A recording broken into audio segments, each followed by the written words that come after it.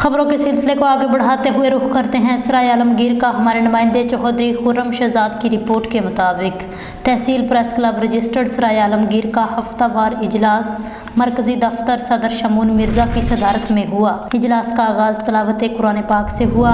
General secretary तहसील press club registered सराय Alamgir doctor Tasawwur Hussain Mirza ने पिछले इजलास की कार्रवाई पढ़कर सुनाई, जिसको एग्जीक्यूटिव बॉडी ने सदर शमून मिर्जा की सदारत में मुतफिका तौर पर तौसीक दी।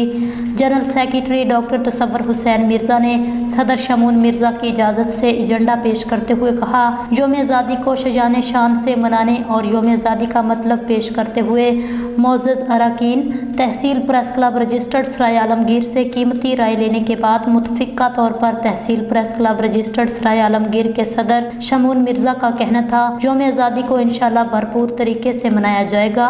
योम आज़ादी मनाना हर मुहिब्बे वतन शहरी का फ़र्ज है। किसी तौर पर भी तहसील प्रेस क्लब रजिस्टर्ड सराय आलमगीर का असूलों पर सौदेबाजी नहीं करेगा, क्योंकि हम मुहिब्बे वतन हैं। मुतफिका तौर पर गैर हाजिर अरकान की हाजिरी और अरकान की माहाना फीस की वसूली पर जोर देते हुए ताउन की अपील की गई। तहसील प्रेस क्लब रजिस्टर्ड सराय आलमगीर का आइंदा इजलास मरकजी दफ्तर पंजेड़ी प्लाजा दिन इतवार मोरखा 28 जुलाई दिन 11 बजे शुरू होगा।